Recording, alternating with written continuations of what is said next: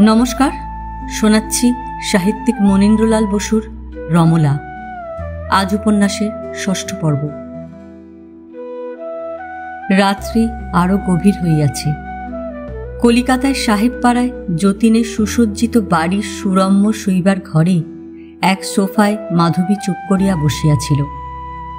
ঘরটি অতি সুন্দরভাবে সাহেবী ফ্যাশনে সাজানো। কার্পেট পাতা মেঝেতে মাধবী কিছুক্ষণ ঘুরিল। ইলেকট্রিক আলোয় নীল সিল্কের আবরণ টানা ছিল, সেটা টানিয়া খুলিয়া দিল।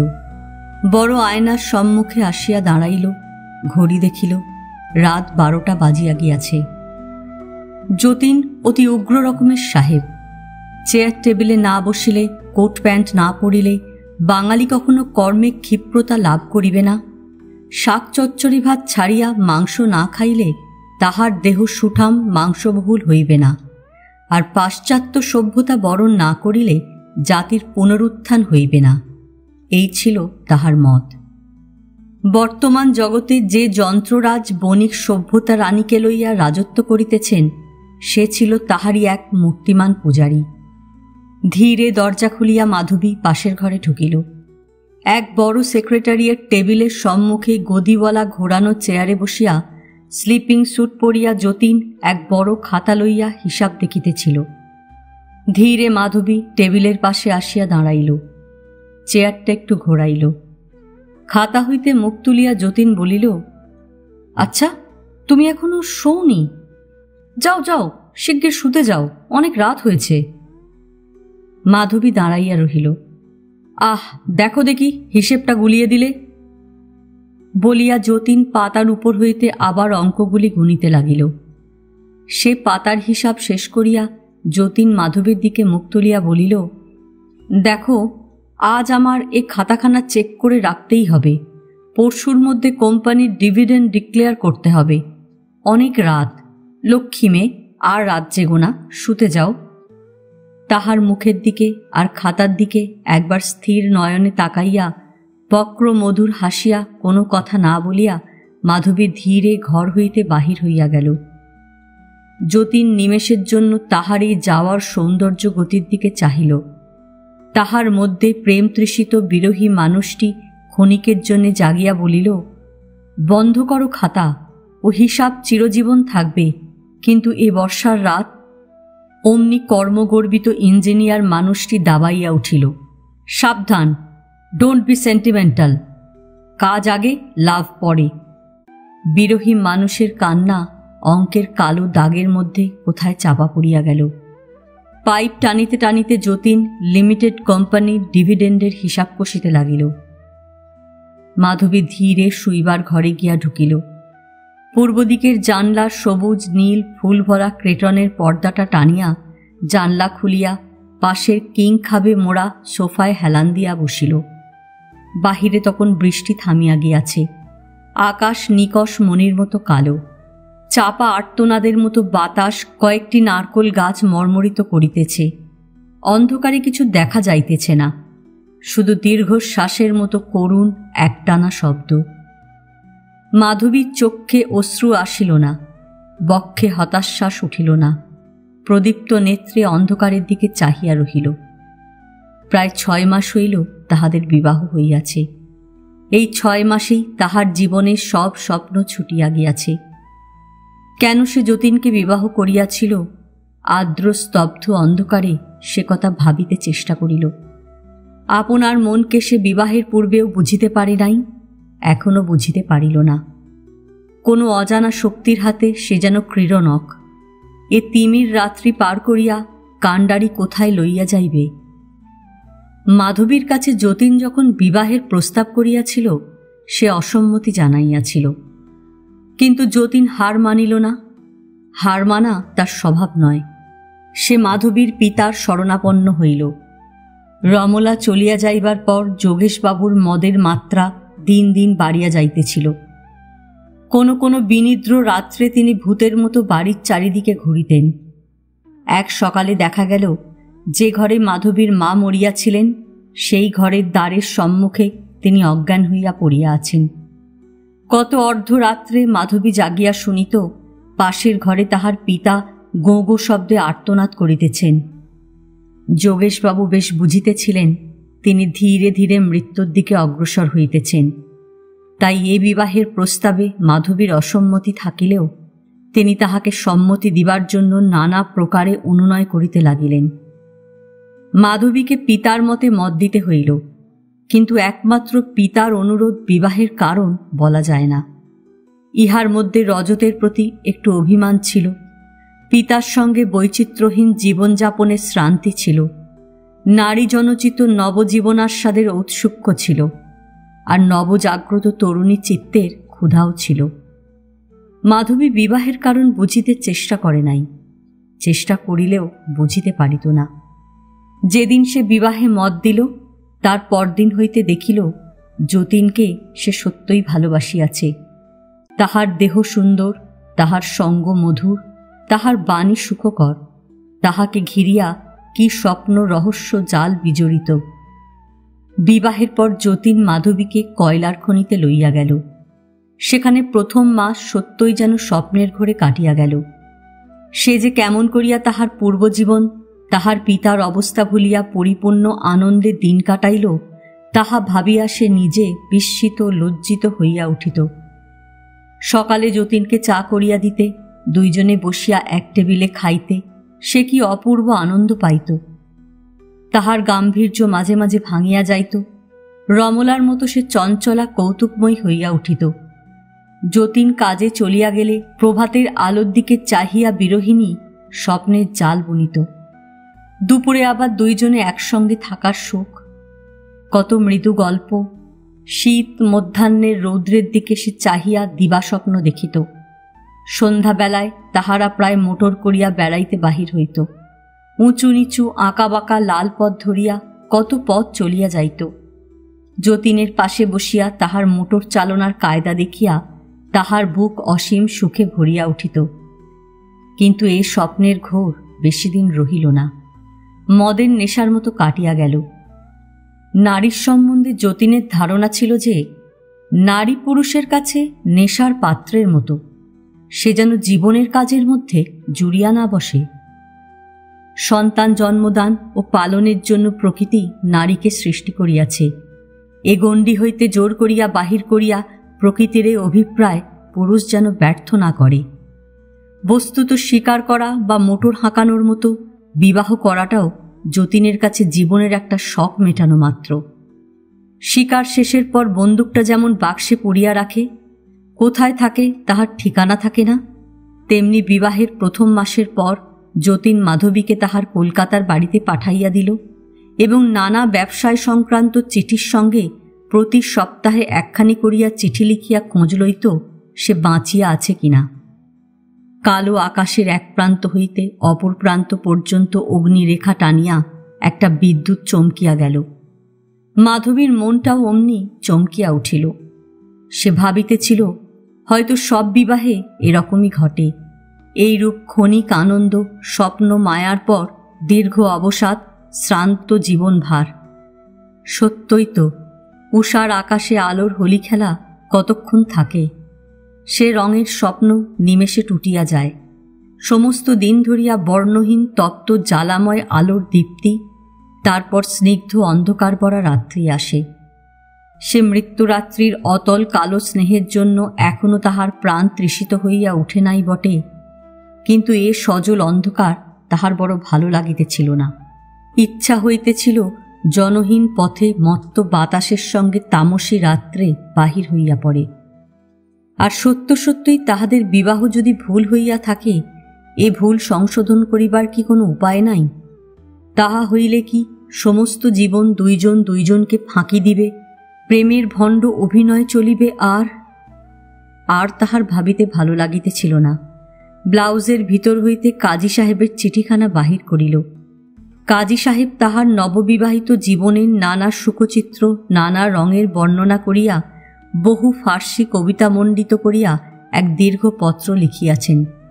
তাহার এই কল্পিত আনন্দগুলির কথা পড়িয়া তাহার ঠোঁটে এক ব্যঙ্গের হাসি খেলিয়া গেল। তারপর চোখ ছলছল করিয়া উঠিল।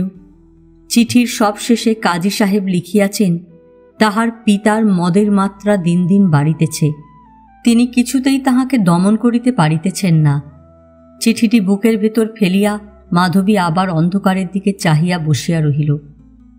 কি একখানি ইংরেজি নভেলে মাধবী পড়িয়াছিল, we marry only to develop ourselves, why should we otherwise marry at all. আত্মার বিকাশের জন্যই বিবাহ, তাহা ছাড়া বিবাহের অন্য সার্থকতা কোথায়? আত্মার সে বিকাশের পথ এ বিবাহ জীবনের ভিতর দিয়া কেমন করিয়া সে খুঁজিয়া পাইবে? যে প্রেমের আলোয় জীবন পদ্মের মতো ফুটিয়া উঠিয়া কল্যাণের বর্ণে সেবার সৌরভে চারিদিক আনন্দিত করে, সে প্রেম। ভাবিতে ভাবিতে সে যেন ক্লান্ত হইয়া পড়িল।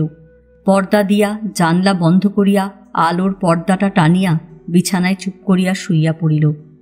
যতীন যখন ঘুমাইতে আসিল তখন 1টা বাজিয়া গিয়াছে। যতীন বিছানার কাছে আসিতে মাধবী গম্ভীর কণ্ঠে বলিল, দেখো। বলিয়া যতীন একপাশে শুইয়া পড়িল। মাধবী গম্ভীরভাবে বলিয়া যাইতে লাগিল, বাবার বড় অসুখ, ভাবছিলুম একবার যাব। বেশ, যাও না, বলিয়া যতীন চোখ বুজিল। দেখো না এই চিঠিটা। আচ্ছা, যেদিন খুশি কালই যেতে পারো, বড় ঘুম পেয়েছে, বলিয়া যতীন ভালো করিয়া শুইল। কিছুক্ষণের মধ্যেই নিদ্রায় অসাড় হইল। যতীনের দিকে চাহিয়া মাধবীর যেন কেমন ভয় হইল। এ যেন কে অপরিচিত। ধীরে সে বিছানা হইতে উঠিয়া জানলার কাছে আসিয়া বসিল।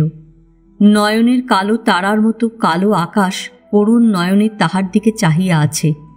শুধু ছেঁড়া মেঘের মাঝখানে একটি তারা জ্বলজ্বল করিতেছে।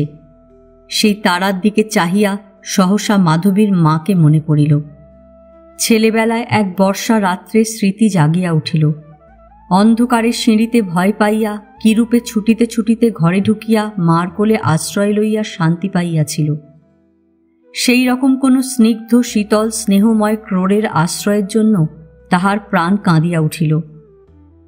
বাহিরের অন্ধকারে মাঝে মাঝে বিদ্যুৎ জ্বলিয়া উঠিতে লাগিল, আর শূন্য ঘরে ইলেকট্রিকের আলো আর মাধবীর 2 চক্ষু জ্বলিতে লাগিল। পরদিন রজত তাহার এক বন্ধুকে নিমন্ত্রণ করিয়া পাঠাইল। বন্ধু বলিতে তাহার এই একটিতেই ঠেকে, কিন্তু এই একটি বন্ধু লাভ করিয়াই সে জীবনে কৃতার্থ হইয়াছিল। আমার এই বন্ধু আছে, এ ভাবিবার সুখ যে কি অনির্বচনীয় সুখ তাহা বন্ধুহীনেরা জানে না। পত্নীর প্রেমের জন্য পতিকে শঙ্কিত থাকিতে হয়, পুত্রের সেবার জন্য মাতার মনে সংকোচ জাগে, ভাইয়ের ভালোবাসার জন্য ভাইয়ের মন দুলে। কিন্তু সত্যকার বন্ধুর দিকে চাহিলে কোনো সংশয় থাকে না। তাহার চোখ 2টি দেখিলে শ্রান্ত মন আশায় ভরে, তাহার মুখ দেখিলে ভগ্ন বুক আনন্দে দোলে, তাহার হাতে স্পর্শ পাইলে অমিত শক্তি লাভ হয়। ললিত ছিল রজতের এইরূপ বন্ধু। তাহাকে না ডাকিলে তাহার কোনো আনন্দ পরিপূর্ণ হইত না। সন্ধ্যাবেলায় রমলা একখানি বাসন্তী রঙের শাড়ি পরিয়া চেয়ারে বসিয়া দুলিতেছিল আর গুনগুন গান করিতেছিল। রজত মেঝেতে মাদুরে তাকিয়া ঠেসান দিয়া চুপচাপ বসিয়াছিল। সমস্ত দিন টিপটিপ বৃষ্টি পড়িয়াছে। এখন আকাশ একটু ফর্সা হইয়া কয়েকটি তারা দেখা যাইতেছে। বৃষ্টি পড়ুক আর জ্যোৎস্নাই উঠুক, তাহাতে নবদম্পতির বিশেষ কিছু আসিয়া যাইতেছিল না। বাড়ির দরজায় একটি ট্যাক্সি দাঁড়াইবার শব্দ হইতেই রজত উঠিয়া দাঁড়াইল। একটু পরেই মুখ ভরা হাসি, 2 চোখ ভরা কৌতুক আর 2 হাতে 2 বড় ফুলের বাস্কেট লইয়া তাহার বন্ধু প্রবেশ করিল। রজত মৃদু হাসিয়া বলিল, ইনি হচ্ছেন ললিত, আর ইনি। বুঝতেই পারছি, বৌদি দিব্য নম, বলিয়া ললিত রমলার পায়ের নিকট ফুলের 2 ঝুড়ি নামাইয়া মাথা একটু নত করিল। রজত বলিল, বৌদি দিব্য কি হে? ললিত হাসিয়া বলিল, ওটা গৌরবে বহু বচন। রমলা স্নিগ্ধ মুগ্ধ নেত্রে ললিতের দিকে চাহিয়া দাঁড়াইয়াছিল। বন্ধু যে এমন সুদর্শন তাহা সে ভাবে নাই। রজতের চেয়ে মাথায় একটু ছোট হইলেও সে রজতের চেয়েও ফর্সা, দোহারা চেহারা, মুখখানি বুদ্ধির দীপ্তি ও প্রেমের স্নিগ্ধতায় ভরিয়া, যৌবনের সুকুমার স্মৃতে মণ্ডিত, ঠোঁট 2টিতে হাসি যেন লাগিয়াই আছে।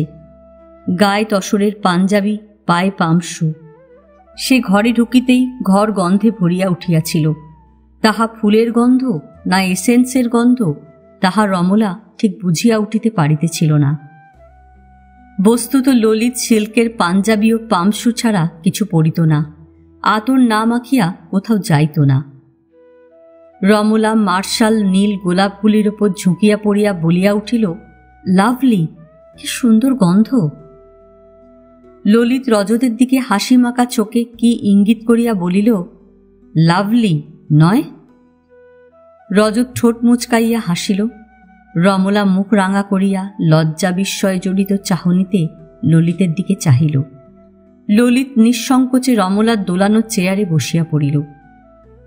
এক বড় কাগজের ঠোঙা ও এক গাদা বই লইয়া গোপাল প্রবেশ করিতেই রজত বলিয়া উঠিল, ওসব আবার কি আনা হয়েছে?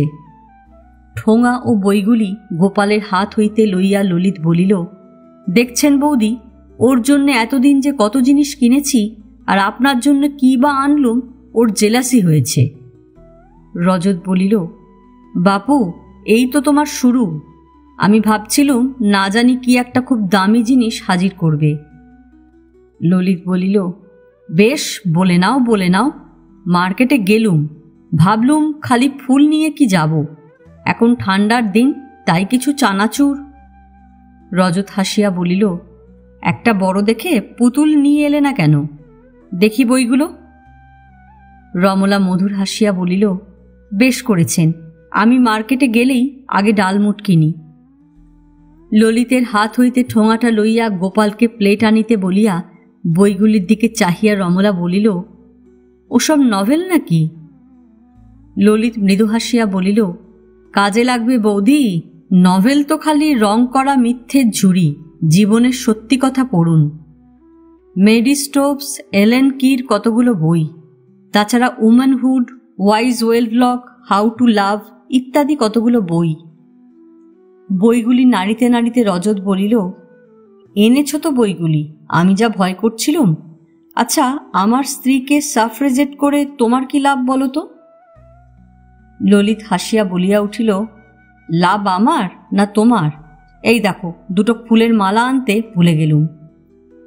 রজত ঠোঁট মুচকাইয়া হাসিয়া বলিল, যাও, আর বেশি কবিত্ব করতে হবে না। রমলা ধীরে বলিল, আচ্ছা, আপনি নাকি কবি, ভালো কবিতা লেখেন? ললিত উচ্ছ্বসিত হাসিতে ঘর ভরিয়া বলিল, হ্যাঁ হ্যাঁ, ছোটবেলায় এক কবিতার বই ছাপিয়েছিলুম, তাও মার চুরির টাকায় বাবার বাক্স থেকে। সে বইয়ের কথা সবাই ভুলে গেছে, কিন্তু কবি নামটি কেউ ভোলেনি। আচ্ছা, আমায় দেখে কি কবি বলে বোধ হয়? কৌতুকময় দৃষ্টিতে ললিতের দিকে চাহিয়া রমলা হাসিয়া উঠিল। রজত বলিল, ওগো, তোমার পুডিংটা অনেকক্ষণ চড়িয়ে এসেছ। উচ্ছ্বসিত হইয়া ললিত বলিল, বেশ বেশ, পুডিং, পোলাও। আশ্চর্যের সুরে রজত বলিল, পোলাও কি হে? হতাশার সুরে ললিত বলিয়া উঠিল, বাহ, পোলাও নেই বুঝি? রমলা মিষ্ট সুরে বলিল, না না, আছে আছে। যেন আশ্বাস পাইয়া আনন্দিত হইয়া ললিত বলিল, কিন্তু শুধু পুডিং পোলাও হচ্ছে না, তার আগে কিছু গান চাই। রজত বলিল, বলো না, তোমার গান গাইতে ইচ্ছে করছে? ললিত বলিল, সত্যি বৌদি, আজ মনে এমন আনন্দ হচ্ছে যে আমারও গান গাইতে ইচ্ছে করছে। এসরাজটা কোথায়? জিনিসপত্র নাড়ানাড়িতে এসরাজরা নিচের ঘরে চলিয়া গিয়াছিল। রজত সেটি আনিতে গেল। ললিত মৃদুকণ্ঠে বলিল, রজতটা তো একটুখানি সরেছে, এই সুযোগে আমরা আপনিটাও খসিয়ে ফেলি, কি বলো? রমলা সলজ্জ হাসিয়া বলিল, বেশ তো। বাস্তবিক এই সুদর্শন হাস্যরসিক অকপট বন্ধুটিকে তাহার ভালো লাগিতেছিল। ললিত ধীরে বলিল, দেখো, রজতের সব গুণ, শুধু একটা দোষ, ও যা করে একেবারে হিসেব না রেখে করে। যাকে ভালোবাসবে এমন বেহিসেবি ভালোবাসবে, তাই তো ওর পাল্লায় পড়ে। রজত সেই সময় এসরাজ লইয়া ঘরে ঢুকিতেই সে তাহার হাত হইতে সেটি প্রায় ছিনাইয়া লইয়া রমলার দিকে অগ্রসর করিয়া দিতে রমলা বলিল, না দেখুন, পুডিং সত্যি সত্যি পড়ে যাবে। ললিত বলিল, যাক পুড়ে, তুমি একটু বাজিয়ে যাও। রমলা একটুখানি এসরাজ বাজাইয়া রজতের কোলে এসরাজটা ফেলিয়া রান্নাঘরের দিকে ছুট দিল। খাওয়া উপরের ঘরেই হইল। রমলার ইচ্ছা ছিল টেবিলে খাওয়া হয়, কিন্তু ললিত বলিল, না বৌদি, মেঝেতে বসে বেশ গল্প করতে করতে খাওয়া যাবে। কিন্তু ঘরে দুইখানি বসিবার আসন, সেই দুইখানি আসন পাতিয়া দুই বন্ধুর খাবার সাজাইয়া রাখিতেই ললিত ক্রোধের ভান করিয়া বলিল, না বৌদি, এ হবে না, তোমাকে আমাদের সঙ্গে খেতে হবে। তারপর নিজের সিল্কের চাদরখানি পাট করিয়া মেঝেতে পাতিয়া বলিল, নিয়ে এসো তোমার খাবার বৌদি। রমলা বলিল, আহা, ও কি, সিল্কের চাদরটা? ললিত উচ্ছ্বসিত হইয়া বলিয়া উঠিল, না বৌদি, এই চাদরের আসনে বসে আজ তোমাকে খেতেই হবে। তুমি ভাবছ চাদরটা ময়লা হবে, আমি কাচতে দেব? মোটেই নয়, এই দাগ ধরা চাদর আমার বাক্সে তোলা থাকবে। তুমি খাবার নিয়ে এসো। রজত একটু গম্ভীর হইয়া বলিল, ওর সঙ্গে পারবে না বাপু, নিয়ে এসো তোমার খাবার। সেই সিল্কের চাদরের ওপর বসিয়া রমলাকে তাহাদের সঙ্গে খাইতে হইল। খাওয়ার সঙ্গে গল্প চলিতে লাগিল। ললিত বলিতে লাগিল, দেখো বৌদি, চার্জ আজ থেকেই বোঝাতে শুরু করি। যা দেখছি একটি বোঝা ছিল, দুটি হল। রমলা বলিল, বুঝতে পারছি না কিছু। ললিত হাসিয়া বলিল, বুঝতে পারছো না? সম্মুখে এই যে জীবটি দেখছ, দুর্ভাগ্য কি সৌভাগ্য জানি না, আমি এর বন্ধু হয়েছি। সুতরাং আমি হচ্ছি ওর private secretary, bank, legal adviser, ওর হিসাবের খাতা, চাবির থলো। রমলা হাসিয়া বলিল, আপাতত কোনো পদ হতেই খালাস পাচ্ছ না, রেজিগনেশন নট অ্যাকসেপ্টেড। হতাশের মতো অভিনয় করিয়া ললিত বলিল, বেশ, কিন্তু পুডিংটা ভারী সুন্দর হয়েছে। মেসের খেয়ে খেয়ে, বুঝলে বৌদি, সে রান্না যদি একবার খাওয়াতে পারি বৌদি, তোমাকে কিন্তু মাঝে মাঝে এসে জ্বালাতন করব বৌদি। এত বৌদি বললে আমি কিন্তু হাঁপিয়ে উঠব, বলিয়া রমলা মুখ রাঙা করিয়া হাসিয়া উঠিল। খাওয়া শেষ হইলে পান চিবাইতে চিবাইতে ললিত দুষ্টামি ভরা হাসি হাসিয়া বলিল, তাহলে আর ডিস্টার্ব করতে চাই না। Good luck, sweet dream. Rajat মুখ মুচকাইয়া হাসিয়া বলিল, না হে, এত শিগগির কোথায় যাবে? ললিত বলিল, বেশ, আমার কোনো আপত্তি নেই। তাই এ ভরা পেটে তো রাগরাগিনী চলবে না, তাসের জোড়াটা বের করো। রমলা বলিল, তিনজন যে। তাতে কি, আমি মামাবাবুকে ধরে আনছি, বলিয়া ললিত মামাবাবুর ঘরের দিকে চলিল। সত্যই ললিত গিয়া মামাবাবুকে ধরিয়া আনিল। তুলসীবাবুর চরিত্রে এই মহা দুর্বলতা ছিল, তাস খেলার লোভ তিনি কিছুতেই দমন করিতে পারিতেন না। ললিতকে দেখিয়াই তিনি বলিয়া উঠিলেন, আরে গাধা, এতদিন ছিলি কোথায়? টিকি দেখবার যৌনি, রজত এসেছে তো অমনি আসা। মামাবাবুর কাছে তাস খেলার প্রস্তাব করিতেই তিনি গর্জন করিয়া উঠিলেন, হেন্স দি স্যাটার্ন হেন্স! এত রাতে আমায় লোভ দেখাতে এলি? কিন্তু দুইবার বলিবার পরই তিনি বৈজ্ঞানিক পত্রিকা মুড়িয়া ওভারকোট গলাবন্ধ র্যাপারমণ্ডিত হইয়া রজতের ঘরে তাস খেলিতে ঢুকিলেন। অনেক রাত্রি পর্যন্ত খেলা চলিল। খেলা শেষ হইলে যাইবার সময় ললিত বলিল, বৌদি, তোমার নতুন সংসারে কী সব জিনিস লাগবে একটা লিস্ট করে রেখো কাল। ফুলদানি আর একটা স্পিরিট স্টোভের কথা ভুলো না, যা ধোঁয়া খাচ্ছিলে রান্নাঘরে। আর একটা পার্সিয়ান কার্পেট আনা যাবে, মেঝেতে পেতে মুসলমানি কায়দায় খাওয়া যাবে। আমি কাল বিকেলে ট্যাক্সি নিয়ে আসব, ঠিক থেকো। তাহলে আজ। রমলার স্নিগ্ধ মধুর মুখের দিকে নির্নিমেষের জন্য চাহিয়া ললিত তাড়াতাড়ি সিঁড়ি দিয়া নামিয়া চলিয়া গেল।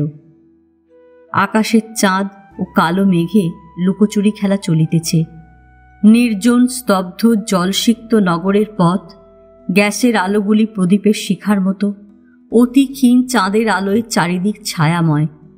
বন্ধুর নিকট হইতে বিদায় লইয়া ললিত যখন মেসে ফিরিতেছিল, তখন আপন মনের অবস্থা সে ঠিক বুঝিয়া উঠিতে পারিতেছিল না। বন্ধুর আনন্দে, সুখ মিলনে সে সত্যই আনন্দিত। তবু তাহার বক্ষের কোন বিরহী তরুণ হৃদয় মৃদু দীর্ঘ নিঃশ্বাস ফেলিল। মেসের ঘরে গিয়া আষাঢ়ের মেঘ ছায়া ঘন রাত্রে তাহার ঘুম আসিল না। সব জানলা খুলিয়া ইজি চেয়ারে শুইয়া সেলি খুলিয়া পড়িতে বসিল। ভাদ্রে স্নিগ্ধ দ্বীপ্রহর সুন্দর আলোয় উজ্জ্বল। শরতের আকাশের এক উদাস আহ্বান আছে, যেন কোনো সুদূরের হাতছানি। নির্মল নীলিমার দিকে চাহিয়া রমলা পিয়ানো বাজাইতেছিল। বর্ষা সঙ্গীত মুখর দিনগুলিতে পিয়ানোর কথা কাহারও মনে হয় নাই, কিন্তু আকাশে বাতাসে যখন শরৎ ঋতু স্পর্শ জাগিল, কালো মেঘের বেনি গুটাইয়া অবিশ্রাম বৃষ্টির গান বন্ধ করিয়া বর্ষা চলিয়া গেল, তখন ঘরটা যেন ফাঁকা ছোট বোধ হইতে লাগিল। তাই রমলা প্রায় পিয়ানো বাজাইতে বসে। হাজারিবাগের বাড়ির প্রেম স্মৃতিভরা পিয়ানোটি যোগেশবাবু বিবাহের আশীর্বাদ স্বরূপে পাঠাইয়া দিয়াছেন। পিয়ানো শুনিতে শুনিতে রজত সোফায় ঘুমাইয়া পড়িয়া কোন সুর অলকায় চলিয়া গিয়াছিল। যখন জাগিয়া উঠিল, তাহার দুই চক্ষে কিসের স্বপ্ন জড়ানো। এই নিষ্কলঙ্ক আকাশের আলো, কাহার সমুদ্রনীল নয়নের চাউনি, স্তব্ধ বাড়িখানি ঘেরিয়া এই শরতের দুপুরের আলো অতি সূক্ষ্ম তন্তুময় ইন্দ্রজাল রচনা করিয়াছে, যেন রৌদ্রময়ী রাত্রি। জাগিয়া উঠিয়া রজত ঘরখানিতে ঘুরিতে লাগিল। এ যেন কোনো রূপকথার রাজকন্যার পরী। ঘরের কোণে কোণে তাহার স্বপ্ন বিজড়িত। ড্রেসিং টেবিলে আসিতে তাহার চোখের দীপ্ত চাউনি ভাসিয়া উঠিল। এই দোলানো চেয়ারের গায়ে তাহার কেশের গন্ধ, এই বিছানা ভরিয়া তাহার দেহের সৌরভ, পিয়ানোর কাঠে তাহার হাতের স্পর্শ, তাহার প্রাণের ছন্দ, ঝকঝকে সিমেন্টের মেঝেতে তাহার চরণের আভাস। এই পাপোশের কোণে তাহার নাগরা জুতাটা পরিয়া রহিয়াছে। বারান্দার রেলিংয়ের কাঠে তাহার লাল শাড়ি শুকাইতেছে। কোথায় সে? ধীরে স্বপ্ন বিমুগ্ধের মতো রজত পাশের ছোট ঘরে গেল। স্টোভের উপর ফুটানো দুগ্ধ চাপা দেওয়া, ঝাড়নটা ধুলাঝাড়া শেষ করিয়া আনলার এক কোণে বিশ্রাম করিতেছে। তাহার ঠোঁটে স্পর্শ মাখানো কাচের গেলাস ঠান্ডা জলে ভরা মাটির কুঁজোর ওপর চাপা দেওয়া। পাশের ঘরে গেল, বইগুলি সাজানো, জামাকাপড় গুছানো, চারিদিকে তাহারই মঙ্গল কর্মরত সেবাকুশল হস্তের চিহ্ন, নিবিড় প্রীতির রূপ, গোপন প্রেমের স্পর্শ। কোথায় সে? ঘরের পর ঘর রজত রমলাকে খুঁজিতে লাগিল। তাহার হাসির রেখা, দেহের স্পর্শ, পদচিহ্ন প্রাণে আসিয়া বাতাসের মতো ছুঁইয়া যাইতেছে। সে রঙিন স্বপ্ন মায়ার মতো সরিয়া সরিয়া যাইতেছে। ধীরে সিঁড়ি দিয়ে নামিয়া রজত রান্নাঘরের সম্মুখে আসিয়া দাঁড়াইল। ওই যে জ্যোৎস্না ধৌত কাশফুলের মতো সাদা আঁচল দেখা যাইতেছে। এই কি দিব্যশ্রী! শিল্পী যেটুকু অসম্পূর্ণ রাখিয়াছিল, প্রেম তাহা ভরিয়া দিয়াছে। শরতের কুলে কুলে ভরা নদীর মতো, ধান ভরা ক্ষেতের মতো রমলার যৌবনশ্রী কানায় কানায় ভরিয়া উঠিয়াছে। ঝলমল কেশদল ছুঁইয়া রজত ধীরে বলিল, room after room I hunt the house through, we inhabit together. কি খুঁজেই পাওয়া যায় না যে? যাও, দেখছ মামার শার্টগুলি রান্না করছি বলিয়া সাবানে সিদ্ধ করা শার্ট রুমাল ভরা কড়াটি উনান হইতে নামাইয়া ফাল্গুন বাতাসের মতো চঞ্চল পদে রমলা রজতের হাত ছাড়াইয়া সিঁড়ি দিয়া পলাইল। Escape me never beloved. Rajat তাহার পিছন পিছন সিঁড়ি দিয়া উঠিতে লাগিল। চেয়ারে বসিয়া রমলা অতি মৃদু দুলিতে দুলিতে একখানি বই পড়িতে শুরু করিল। ঝুলিয়া পড়া চুলগুলি দোলাইতে দোলাইতে চেয়ারের কাঠে মাথা রাখিয়া মেঝেতে বসিয়া রজত কপট হতাশার সুরে বলিল, আমি যদি টর্গেনিভের কোনো একখানা নভেল হতুম। স্বামীর মুখের দিকে স্নিগ্ধ নয়নে চাহিয়া রমলা বলিল, তাহলে কি হতো? রমলার হাতের চুড়িগুলি নাড়িতে নাড়িতে রজত উদাসভাবে বলিল, এখন তাহলে একজন আমার প্রতি একটু মনোযোগ দিত। যাও, আচ্ছা কি পদ্য পড়বে বলছিলে? বলিয়া টুর্গেনিভের নভেলখানি মুড়িয়া রমলার চেয়ার হইতে নামিয়া স্বামীর পাশে মেঝেতে বসিল। না না, তুমি টুর্গেনিভ পড়ো বলিয়া রজত উঠিয়া বইয়ের র্যাক হইতে ব্রাউনিং টানিয়া বাহির করিল। ওগো, এসো না বলিয়া রমলা রজতের হাত ধরিয়া টানিয়া তাহার পাশে বসাইয়া হাত হইতে ব্রাউনিংখানি কাড়িয়া লইল। বইখানি খুলিতেই লাভ ইন এ লাইফ পদ্যটি চোখে পড়িল। এইটাই বুঝি অত গদগদ হয়ে আমায় বলা হচ্ছিল বলিয়া রমলা পদ্যটি পড়িতে শুরু করিল। বাহ, ব্রাউনিং বেশ পদ্য লিখতে পারে তো বলিয়া সে পদ্যটি উচ্চৈস্বরে পড়িয়া মুখস্থ করিতে আরম্ভ করিল।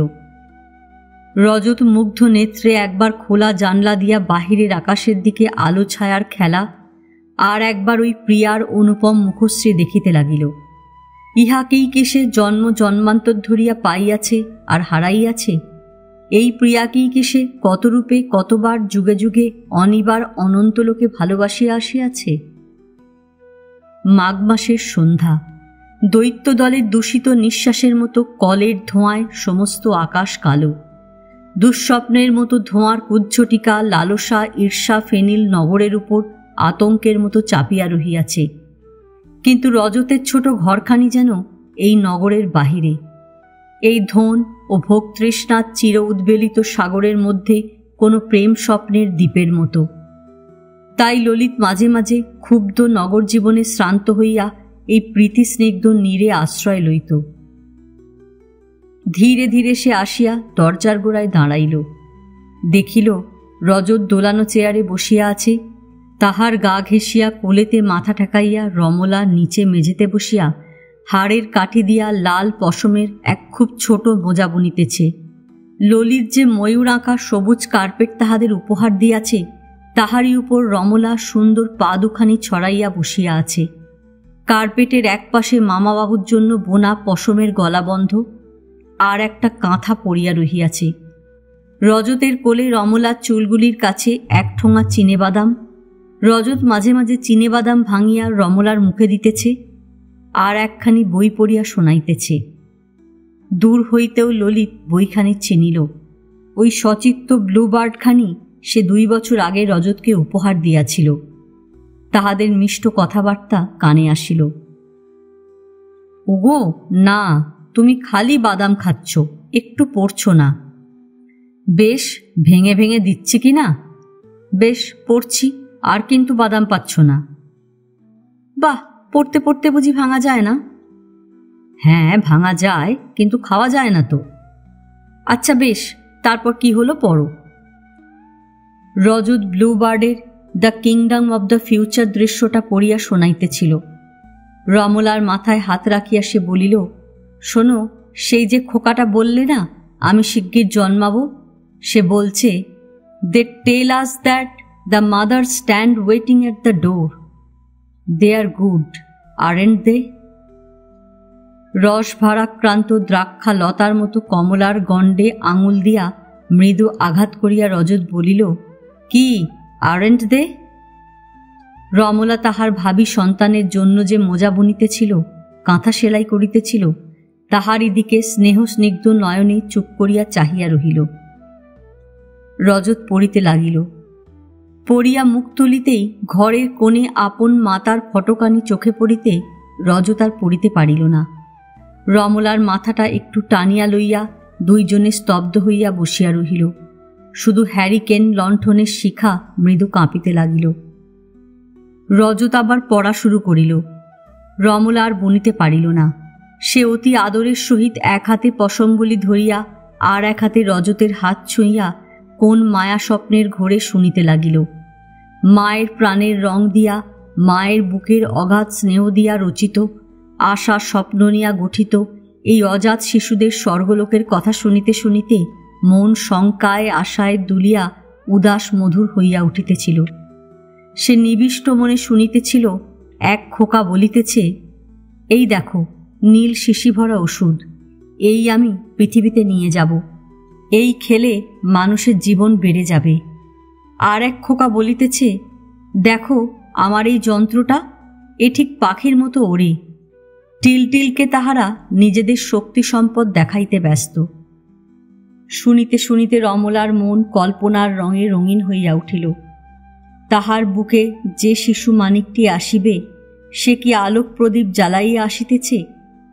কি নবশক্তি, কি নবসম্পদ সে দেশকে মানবকে দান করিবে তাহার খোকা? সে কে? দ্য সেকেন্ড চাইল্ড, না 4th চাইল্ড, না দ্য লিটল পিঙ্ক ওয়ান, যে পৃথিবীতে আসিয়া সব সত্য অন্যায়ের সহিত সংগ্রাম করিয়া অত্যাচারের যুগ শেষ করিয়া দিবে, না সে পৃথিবীর মৃত্যুলোকের পারে অমৃতলোকের খবর আনিবে, তাহার খোকা কেমন হইবে? রমলার প্রথম সন্তান যে খোকাই হইবে এ বিষয়ে রমলার মনে কোনো সন্দেহ জাগিতেছিল না।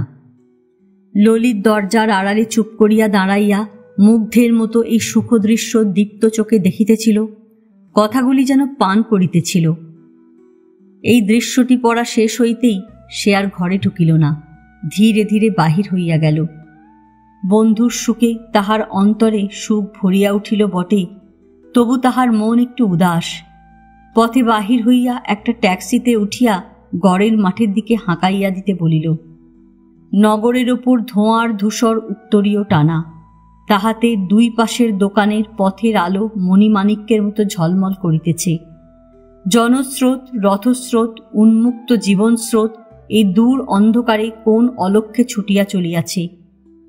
দূর হইতে পৃথিবীকে দেখিয়া শিশুদের আনন্দ জয়ধ্বনি মোটরের ঝকঝক তাহার কানে তখনও বাজিতেছিল।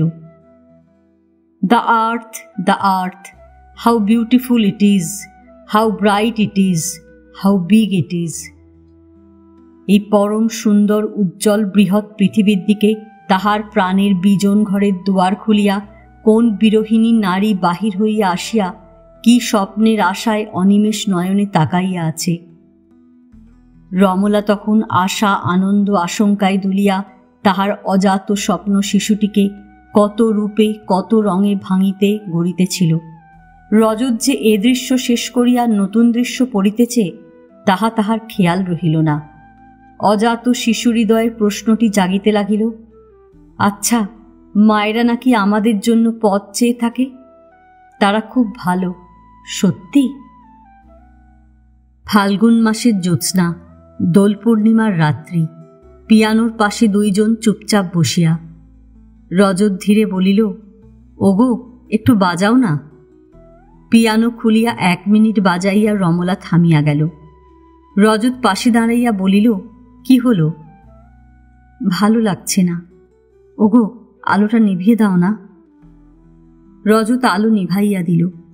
উচ্ছ্বসিত হইয়া খোঁপার চুল খুলিয়া ফেলিয়া রমলা বলিল, বাহ, কি সুন্দর জ্যোৎস্না, ওদিকে জানলাটা খুলে দাও, ও দরজাটাও। ওগো, এ জানলাটা একটু বন্ধ করে দাও না। রজত দরজা জানলা খুলিয়া দিল। রমলা তাহার শাড়ির আঁচল মেঝেতে লুটাইয়া বলিল, একটু অন্ধকারের পাশে আলো, কি সুন্দর দেখাচ্ছে, এইখানে এসে বসো। রজত রমলার পাশে আসিয়া বসিল। পিয়ানোটা খুলিয়া রমলা বলিল, ওগো, আলোটা একটু জ্বালো না, স্বরলিপিটা দেখি। রজত উঠিয়া বারান্দা হইতে একটি লণ্ঠন উস্কাইয়া আনিতেই রমলা যেন ব্যথিত হইয়া বলিল, না না, আলো চাই না, নিয়ে যাও। কি সুন্দর জ্যোৎস্নায় ঘর ভরা ছিল। আবদারে খুকি হয়ে উঠলে যে আজ, বলিয়া হাসিয়া রজত আলো কমাইয়া বারান্দায় রাখিয়া আসিল। রমলা জ্যোৎস্নার মতো সমস্ত ঘরে হাসির ঢেউ তুলিয়া বলিল, বেশ, তোমার কি, সব আলো নিভিয়ে দাও। রমলা গানের 1 লাইন গাহিয়া উঠিল, নীল আকাশের অসীম ছে ছড়িয়ে গেছে চাঁদের আলো। রজত বলিল, সব গানটা গাও না। না। আহ, লাভলি, ওই লাল ফুলটা দাও না। টেবিলের ওপর ললিতের আনা ফুলের ঝুড়ি হইতে রজত একটা বড় লাল ফুল তুলিয়া রমলার হাতে দিল। আহ, কিছু গন্ধ নেই, ওই সাদাটা দাও, বলিয়া রমলা লাল ফুলটা একবার শুকিয়া মাটিতে ফেলিয়া দিল। সাদা ফুলটি দিতেও রমলা একবার নাকের কাছে ফুলটি তুলিয়া, গন্ধ নেই, বললুম লাল গোলাপটা দাও, বলিয়া সাদা ফুলটি রজতের কোঁকড়ানো চুলের মধ্যে ছুড়িয়া দিল। রজত 2টি গোলাপ বাছিয়া রমলার হাতে দিয়া পাশের চেয়ারে এলাইয়া বসিল। ভাবখানা, আর সে কোনো কাজ করিতে পারিবে না। রমলা নিজের চেয়ার রজতের চেয়ারের কাছে টানিয়া ধীরে বলিল, আচ্ছা, একটা গান গাও না। ময়ূরকণ্ঠী রঙের শাড়ি পরিহিতা জ্যোৎস্না ধৌতা রমলার দিকে রজত মুগ্ধ নয়নে চাহিল। এ কোন মায়াবিনী রঙিন প্রজাপতি প্রাণের গুটি কাটিয়া বাহির হইয়াছে। ধীরে বলিল, কি? তারপর রজত গান ধরিল, আজু রজনী হাম। রমলা গানে বাধা দিয়া বলিয়া উঠিল, যাও, মামাবাবু রয়েছেন পাশের ঘরে, কি গল্প বলবে বলছিলে? গান থামাইয়া রজত গল্প বলা শুরু করিতেই রমলা ফুলগুলি দোলাইয়া বলিল, আচ্ছা, অন্য সময় বলো বাপু, তোমার বালিশটা কোথায়? রজত উঠিয়া দাঁড়াইতেই সে রজতের হাত ধরিয়া টানিয়া বসাইয়া বলিল, থাক থাক, আর খুঁজতে হবে না। In such a night as this. Rajat তাহার হাত হইতে লাল ফুলটা লইয়া তাহার মাথায় গুজিয়া দিয়া বলিল, বলো না সবটা। পারবো না, যাও। বললুম আলোটা আনো, পিয়ানো বাজাই। সত্যি বাজাবে? না না, এমন জ্যোৎস্না, এখন আলো আনতে ইচ্ছে করে? ওগো, একটু বাজাও। রজতের দিকে অতি মিষ্ট দৃষ্টিতে চাহিয়া রমলা হাসি ভরা মুখে উঠিল। ঘরের কোণ হইতে সেতার বাহির করিয়া আনিয়া রজতের পায়ের কাছে মেঝেতে বসিল। জ্যোৎস্না বীণার অলোক তারে যে অনাহত সঙ্গীত বাজিতেছিল, তাহারই সুরগুলি সেতার ঝঙ্কারে মূর্তিমতী হইয়া উঠিল। রমলার কেশে রঙিন শাড়িতে জ্যোৎস্না পড়িয়াছে। জ্যোৎস্নার আলোয় তারাগুলি ঝিকমিক করিতেছে। অদৃশ্য পরীর মতো সুরগুলি আলো ছায়াময় ঘরে নৃত্য করিতেছে। তাহাদের তালে তালে রমলার আঙুলগুলি নাচিতেছে, মুখপদ্ম টলিতেছে। রজত ধীরে চেয়ার হইতে নামিয়া রমলার পাশে আসিয়া বসিল। জ্যোৎস্নার আলো উজ্জ্বল হইয়া উঠিল। দক্ষিণ বাতাসে ফুলগুলি দুলিতে লাগিল। তাহাদের বিবাহিত জীবনের প্রথম বৎসরের উপর প্রেম দেবতার আনন্দময় প্রসন্ন দৃষ্টি চিরজাগ্রত রহিল। দ্বিতীয় বৎসর। সমস্ত দিন বৃষ্টির পর রাত্রির আকাশ নির্মল হইয়া উঠিয়াছে। শুধু কয়েকখানি কালো মেঘ উত্তর দিকের নারিকেল গাছগুলির উপর জমিয়া রহিয়াছে। ম্লান জ্যোৎস্নার আলোয় তারাগুলি জলজল করিতেছে। রাত কত হইবে রজতের তাহা খেয়াল ছিল না। অতি চঞ্চল হইয়া সে বারান্দায় বেড়াইতেছিল, আর মাঝে মাঝে ঘরের বন্ধ দরজার কাছে আসিয়া কান পাতিয়া শুনিতেছিল। গির্জার ঘড়িতে রাত 2টা বাজিল। সে চমকিয়া উঠিল। এই বর্ষা স্নিগ্ধ রাত্রে বাহিরেও তাহার যেন দম আটকাইয়া যাইতেছিল। একবার একটু জানলা ফাঁক করিয়া মৃদুকণ্ঠে ডাকিল, দিদিমা। এক প্রৌঢ়া স্নেহমাখা কণ্ঠস্বর শোনা গেল, তুমি শুতে যাও ভাই, নাত বউ বেশ ভালো আছে, কোনো ভয় নেই। এই প্রৌঢ়া মামাবাবুর দুঃসম্পর্কীয় এক বিধবা পিসি। রমলার সন্তান সম্ভাবনায় তাহাকে আনা হইয়াছে। তিনি প্রথমে আসিয়া বাড়িতে খেরেস্থানি ব্যবস্থা দেখিয়া সমস্ত দিন অভুক্ত থাকিয়া দেশে ফিরিতেছিলেন। কিন্তু কয়েক ঘণ্টার পরিচয় রমলা তাহার হৃদয় জয় করিয়া লইল, এবং পরের দিন নূতন উনান, হাড়ি আর এক জোড়া কেটে কাপড় আসিতেই তিনি থাকিয়া গেলেন। ধীরে জানলা বন্ধ করিয়া রজত বারান্দার এক কোণে চেয়ারে বসিল। মেঘের আড়ালে চাঁদ লুকাইয়া গেল। তারাগুলি যেন কোন অজানা দেশের মা হারা শিশুদের চাউনি। একটি অস্ফুট আর্তনাদ কানে আসিল। রজত বারান্দায় স্থির হইয়া বসিয়া থাকিতে পারিল না। কে যেন তাহাকে টানিয়া লইয়া গেল। বারান্দার পাশের দরজা দিয়া সে ঘরে ঢুকিল। মেঝেতে বিছানায় রমলা শুইয়াছিল। তাহার মাথার কাছে দিদিমা বিনিদ্র নয়নে বসিয়া। কোণের অন্ধকারে ধাত্রী নিদ্রা যাইতেছে। ভীত করুণ নয়নে রজত দিদিমার প্রসন্ন মুখের দিকে চাহিয়া যেন একটু আশ্বাস পাইল। দিদিমা তাহাকে চলিয়া যাইতে ইঙ্গিত করিলেন, কিন্তু সে পারিল না। ধীরে রমলার পাশে আসিয়া একটু নিচু হইতেই রমলা চোখ মেলিয়া চাহিল। চিরপ্রিয় চিরসুন্দর এ মুখখানি রজতের কাছে অতি অপরূপ লাগিল। এ স্ত্রী যেন কখনো সে দেখে নাই। রমলা তাহার দিকে চাহিয়া মৃদু হাসিল। লজ্জা, শঙ্কা, আনন্দ জড়িত সে হাসির উপমা নাই। সে মধুর করুণ হাসি কোনো অপূর্ব আনন্দের আভায় বেদনা সুন্দর মুখ মণ্ডিত করিয়া তুলিল। রজতের হাত যন্ত্র চালিতের মতো রমলার এলাইত হাতে গিয়া ঠেকিল। আঙুলে আঙুল দিয়া সে হাতখানি দৃঢ়ভাবে ধরিল। মুখে কোনো কথা ফুটিল না। পিসিমা এমন কাণ্ড তাহার 7 জন্মেও দেখেন নাই। তিনি প্রথমে একটু বিরক্ত হইয়া, তারপর ব্যাপারখানা বেশ উপভোগ করিয়া মুখ মুচকাইয়া হাসিয়া সরিয়া বসিলেন। রমলার মতো রজতের বুক আশঙ্কা আনন্দে দুলিতেছে। সে যদি রমলার যন্ত্রণার ভাগ লইতে পারিত, তাহার সহ্য করিবার শক্তি বাড়াইতে পারিত। অতি অস্ফুট স্বরে বলিল, কষ্ট হচ্ছে রমু? না বলিয়া রমলা আবার অতি মৃদু হাসিল। এই বেদনা তাহার দেহে মনে অসীম অসহনীয় সুখের মতো। স্বামীর পাশে সব সহ্য করিবার শক্তি তাহার আছে। ধীরে অস্ফুট আর্তনাদ করিয়া সে মুখ ফিরাইয়া লইল। ধাত্রী জাগিয়া উঠিল। রজত অতি ধীরে বলিল, কোনো ভয় নেই রমু। কথাগুলি তাহার জিহ্বায় জড়াইয়া গেল। সে ঘরে থাকিতে পারিতেছে না। রমলা বড় অস্থির হইয়া উঠিতেছে। রজত ঘর হইতে বাহির হইয়া বারান্দায় আসিয়া মেঘ তারা ভরা আকাশের দিকে চাহিয়া রহিল। মন দুলিতে লাগিল। ধীরে ধীরে মাথা নত হইয়া আসিল। হাত দুইটি যুক্ত হইয়া আসিল। যিনি তাহাদের প্রেম জীবনের চিরজাগ্রত দেবতা, তাহারই উদ্দেশ্যে অন্তরে আকুল প্রার্থনা উঠিল। ঈশ্বর সম্বন্ধে সে কখনো ভাবিতে বসে নাই, ভাবিবার দরকার বোধ করে নাই। আজ সব তর্ক সন্দেহ নিমেষে দূর হইয়া গেল। চির আশ্রয় চিরমঙ্গল সৃষ্টির দেবতার প্রতি প্রার্থনা উঠিল, বল দাও, শক্তি দাও, রক্ষা করো, তুমি রক্ষা করো। এই তাহার যৌবন জীবনের প্রথম প্রার্থনা। রমলার করুণ কণ্ঠ আবার রজতের কানে আসিল। সে আর প্রার্থনা করিতে পারিল না। যেন কোনো মানুষের সঙ্গ আশ্রয়ে চাই, একা থাকিতে সে পারিতেছে না। মামাবাবুর ঘরের দিকে চাহিয়া রজত দেখিল সে ঘরেও আলো জ্বলিতেছে।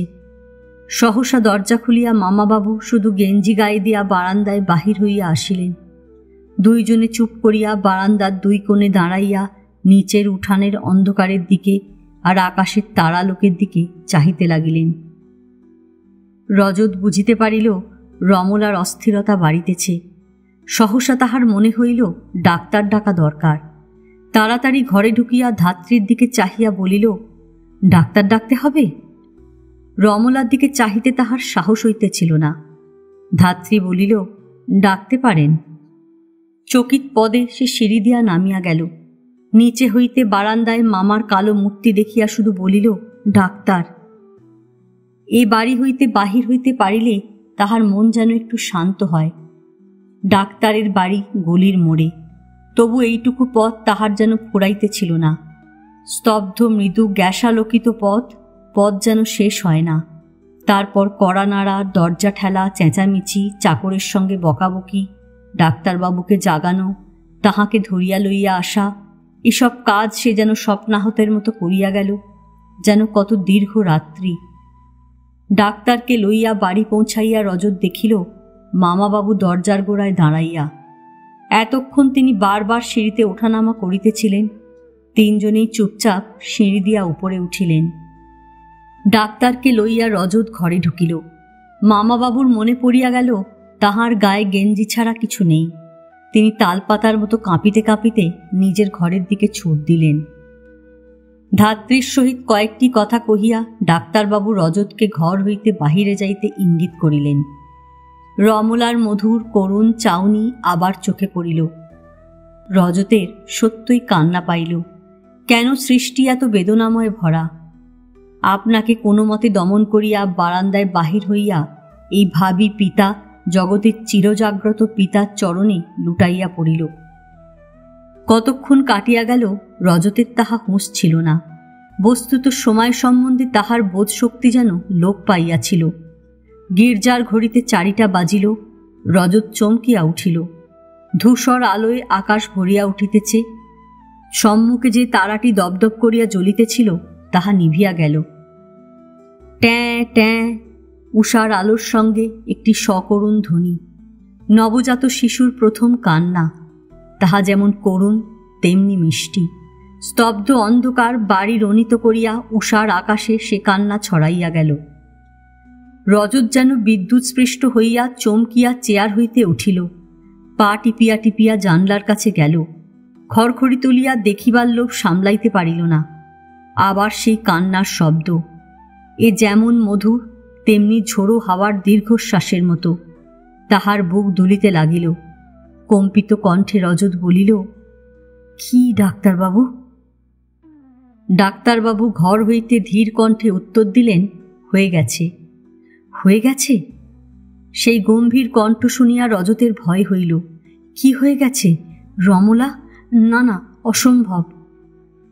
করুণ কণ্ঠে আবার রজত বলিল, ডাক্তারবাবু, দিদিমা। ডাক্তারবাবু মৃদু হাসিয়া বলিলেন, ভয় নেই, আপনি একটু অপেক্ষা করুন। জানলা দিয়া আর রজত দেখিতে চাহিল না।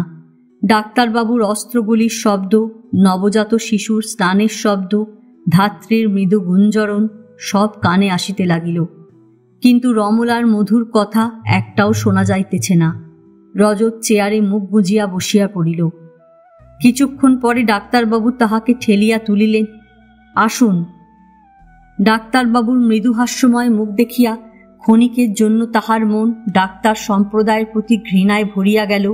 হৃদয়হীন পিশাচ। ডাক্তারবাবু ধীরে বলিলেন, যেতে পারেন ঘরে, আপনার এক খোকা হয়েছে।